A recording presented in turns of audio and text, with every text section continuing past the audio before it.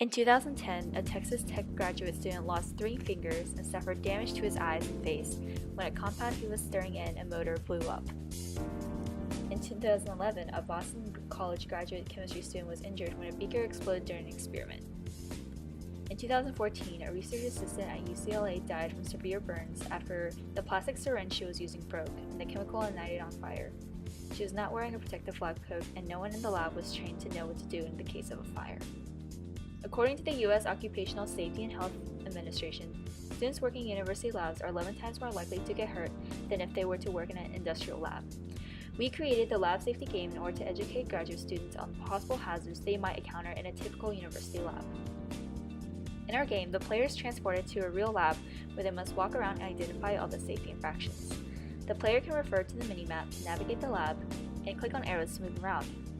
If they do correctly identify a safety infraction, they must answer why that item would be deemed unsafe. Any clicks on safe objects that the player deems unsafe will be penalized.